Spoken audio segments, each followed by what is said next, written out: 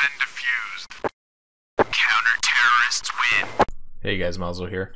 I just wanted to cover this PEA stuff. I know I don't normally do it, news type stuff, but it's pretty hot right now, and I figured I got a bit of a audience, so why not cover it? I got a new mic too, so I'll test that out.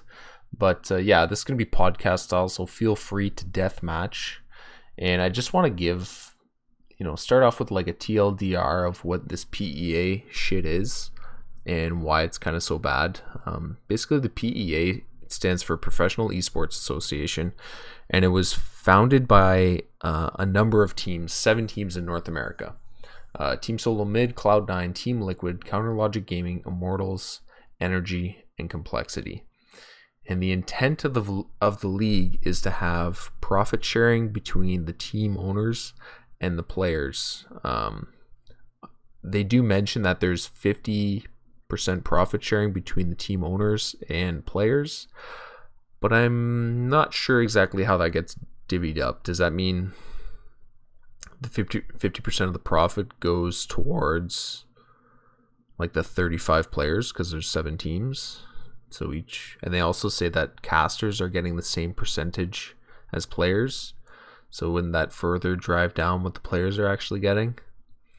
And is that how they plan on paying their casters? So anyways, they're not very specific with the details on how the whole profit sharing works. They just use this 50% number and say that's what it is. So anyways, the PEA, it's basically a North American esports league, and it is starting very soon. It's supposed to start in January here.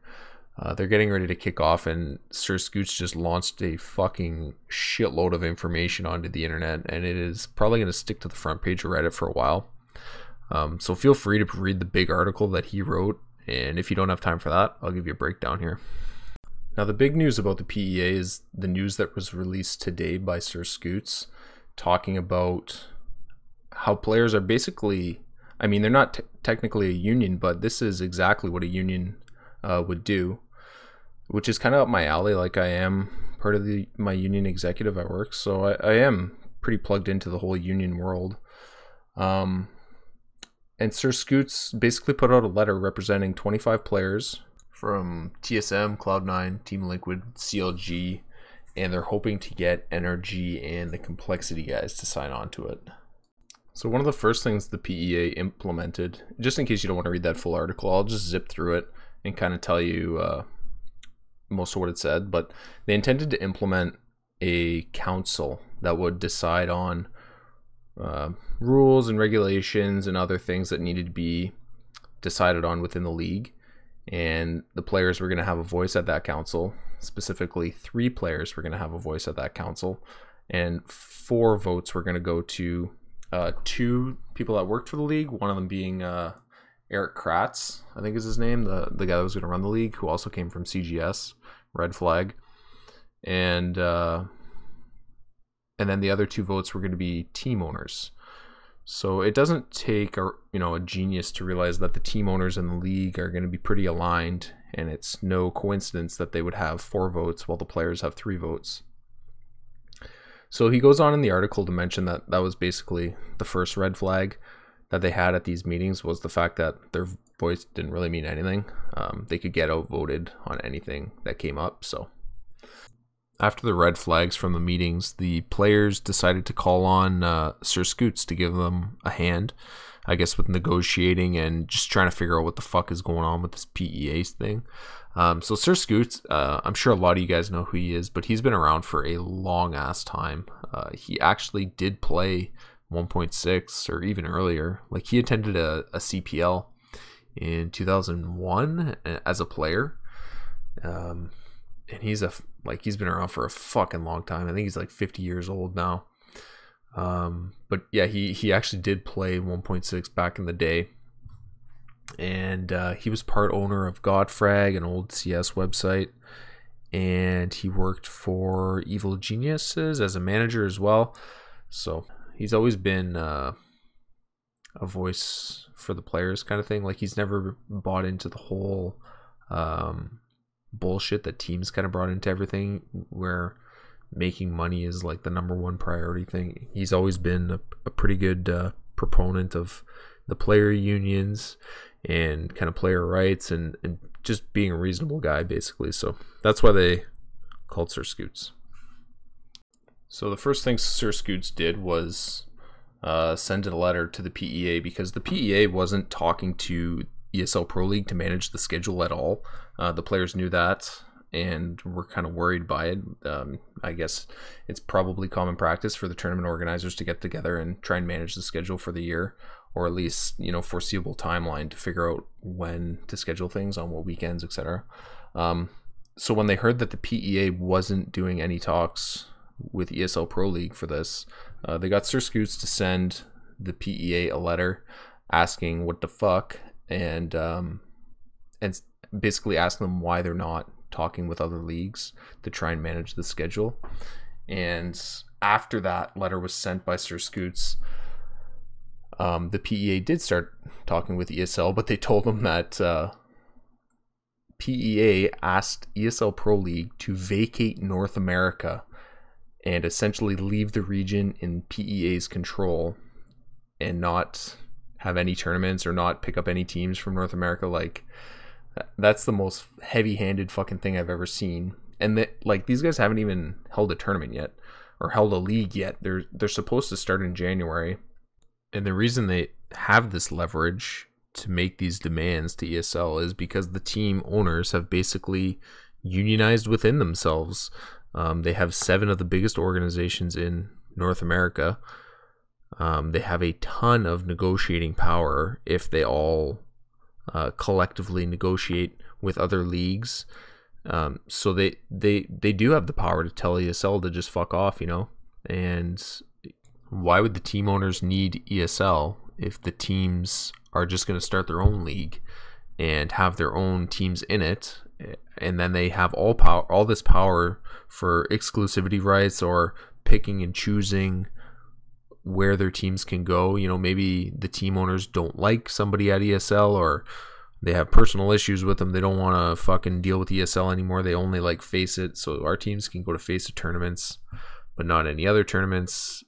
It's just a lot of power to give to people that are clearly, you know, their clear priority here is money. That's why they cut out ESL in the first place, because they want a bigger piece of the pie. The team owners, you know, have realized that they can just put on these tournaments themselves and do it without having to split or share any money with certain organizations. So the day after that, Sir Scoots sent that letter to the PEA to ask them what the fuck, like, why aren't you scheduling anything? Jason Kratz replied to him the next day saying that they basically gave an ultimatum to the ESL Pro League. They told them either leave North America, or we're going to pull out the teams that are playing in the ESL Pro League, and you're not going to have them anyways. So it wasn't really a choice. They had to do one or the other, and it was really the first big sign that the PEA planned to leverage their power against other leagues, and they fully intended to be exclusive with the North American teams. So things basically escalated from there, and Sir Scoots, representing the players, contacted the PEA and said, no, we're fucking playing in ESL Pro League, and you're not going to tell us where to play. And then it kind of came to light that ESL Pro League actually offered PEA a revenue share, just a little bit, but still, like, they offered them money just to be able to have the teams play in the ESL Pro League, and the PEA denied this profit share from the ESL Pro League. So when Sir Scoots asked, you know, or told them, you know, we're going to play in the ESL Pro League because that's where the players want to play, and we'll play in the EPA as well because we have our team signed up there already.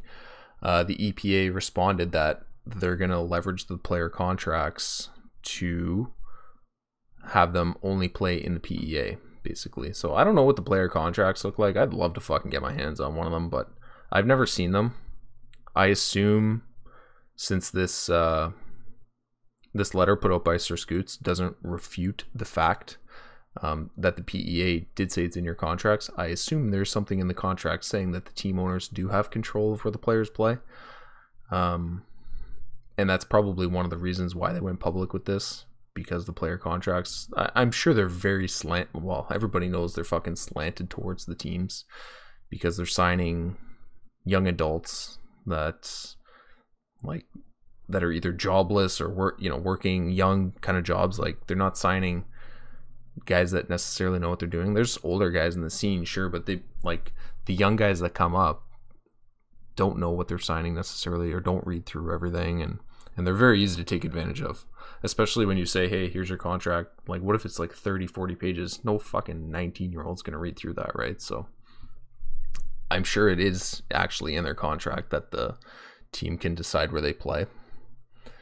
And it seems from this letter that the team and team owner, or the players and the team owners, have always had an arrangement or an agreement to cooperate together. And if the players wanted to play somewhere or didn't want to play somewhere, the team owners were always open to that.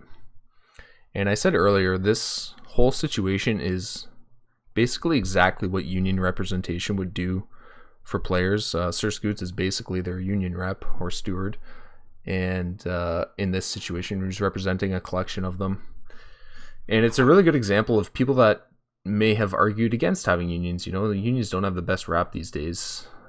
Some things make them look bad, some things make them look better, but this is definitely one of the things. Like, the players are looking out for their own interests and also the interest of the viewers, I think. Obviously, we don't want to see North American teams only fucking play North American teams. Like, we want to see them in more tournaments, and I'm not saying they have to sign up for every tournament, but they definitely should have a choice and shouldn't be strong-handed into one. And I'm loving this. Like, Sir Scoot's doing a good job here, in my opinion, and I'd love to see more players get on this list to strengthen their argument and their negotiating, because like 25 is great, but 50, 60, 70, the more people you have, the stronger your union is, basically. If they could get all the big teams in North America, that'd be huge.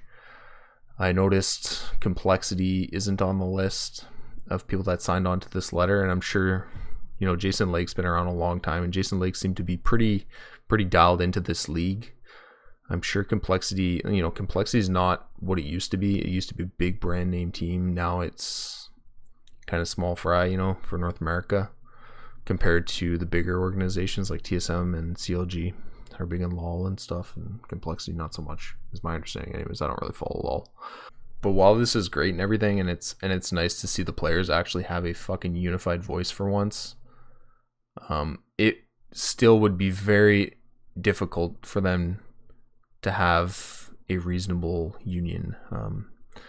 The only real comparables are to pro sports. Like, pro sports do have unions, team unions, player unions, but that's a little bit different, because once you get, you know, take baseball for example, once you get to this show, it's one league that the players are playing under, so union representation is pretty easy. You just sign on to the union that represents the league.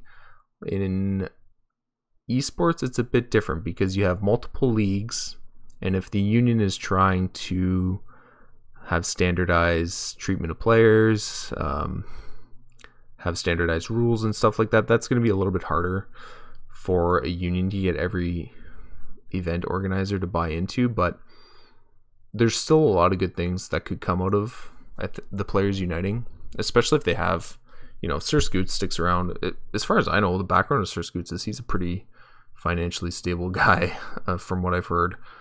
But if he does stick around and decides to represent them further, I think that'd be great. If the players, you know, can just get together and speak with a somewhat fucking unified voice, and even if they don't get all the players to sign into it, it really would be a good start to try and unionize and get things together, even if it's just for Counter-Strike and not other games, or combine other games if you want. There's definitely going to be complications with it. It's, to my knowledge, there's really no union that would kind of be the same.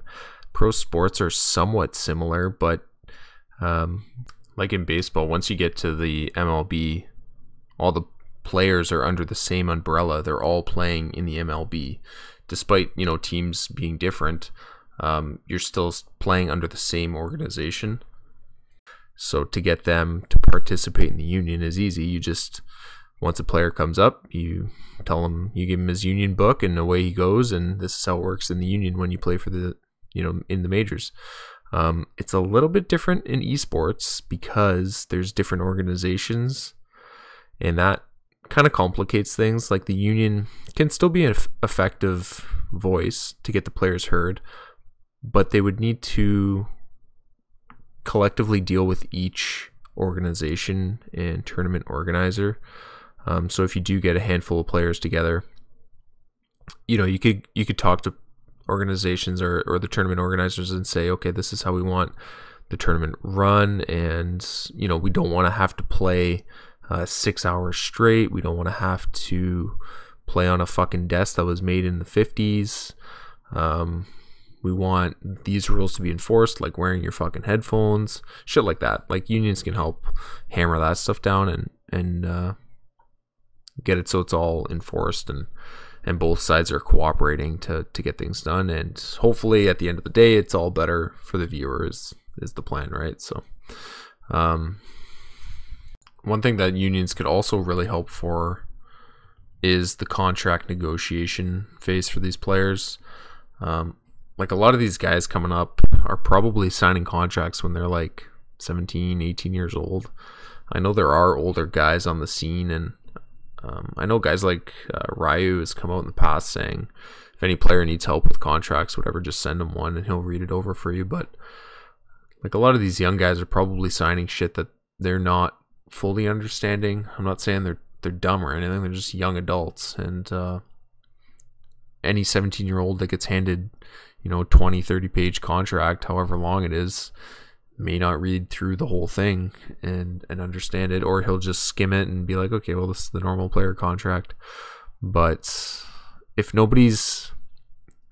there's no collective group of people constantly going over these contracts, they're just going to get more and more slanted towards favoring the team owners. There needs to be like a check and balance for it. And if you're counting on a 17 or 16, 17-year-old, 18-year-old, they're not going to be negotiating. Like they're not going to be the strongest negotiators, especially when you compare that to the voice of like 60 established players with representation. That's going to be a much stronger negotiating voice in terms of these contracts. So if they can get something together in terms of being unionized, and they can filter the contracts through the union, or better yet, have the union even help write them, that would be a huge start, because the amount of money that's getting pumped into esports right now is like insane, and it definitely hasn't been equally distributed between tournament organizers, teams, and players. I know, well, just look at Astralis. They're paying themselves like $9,000 a month. Do you think that's probably, like, there's been some figures, spit about for some teams, but like the player-owned organization like Astralis is making way more money than most teams, and they were probably playing it safe a little bit. Like they don't even have any major sponsors compared to the big teams. They just are a group of guys that just threw a team together, and they have some investors and stuff, but they don't have huge sponsorship deals. They don't do commercials. Like I just saw a fucking Skadoodle commercial posted on YouTube when I logged into YouTube. So like shit like that brings in a lot of money. And if you think players making $4,000 or $5,000 a month is a lot of money, it is fucking chump change compared to what these teams are making. I guarantee you that. $4,000, $5,000 is not a lot of money when you're talking about the insane numbers of viewership and like social engagement that esports brings.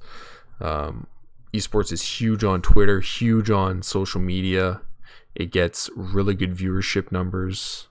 It gets sustained viewers, like guys that'll come back and watch it week in, week out, sort of thing. Yeah, players getting paid $4,000 or $5,000 for like the best team in North America or wherever, like that's fucking nothing. That's chump change compared to what these teams are making. So by now I'm sure you're saying, wow, wouldn't it be great if there was like somebody that can control all this and they'd be unbiased and think in the best interest of Counter-Strike? You'd be right in thinking that, and that's exactly what Valve should be fucking doing. Valve is sitting on their fucking ass doing absolutely nothing for this. They control 100% of the broadcast rights for CS. They control, like, if Valve wanted to, they could shut down all these leagues combined tomorrow. The game is theirs. They own all the rights to it. They can control how these leagues operate just by simply saying, okay, do it this way or you're not getting Counter-Strike. Obviously, it's in Valve's best interest to work with the leagues, but when they start trying to pull bullshit like this, like, Valve does need to get involved. They're a big company. They're plenty big enough to start dealing with bullshit like this. And yeah, it's really sad to just see them do nothing. And I'm not even going to get into the whole cheating shit. Like, they did nothing with that. They fucking banned like a handful of players in how long CSGO been out for? 4 years? 3? Yeah, 4 years, something like that. Anyways, they fucking do. The only time they ban players is when all the shit is brought to them, all the evidence is brought to them and laid out on a fucking platter. And then they actually do something. Well, maybe you should do fucking something about the organizations, because this is like the Wild West right now.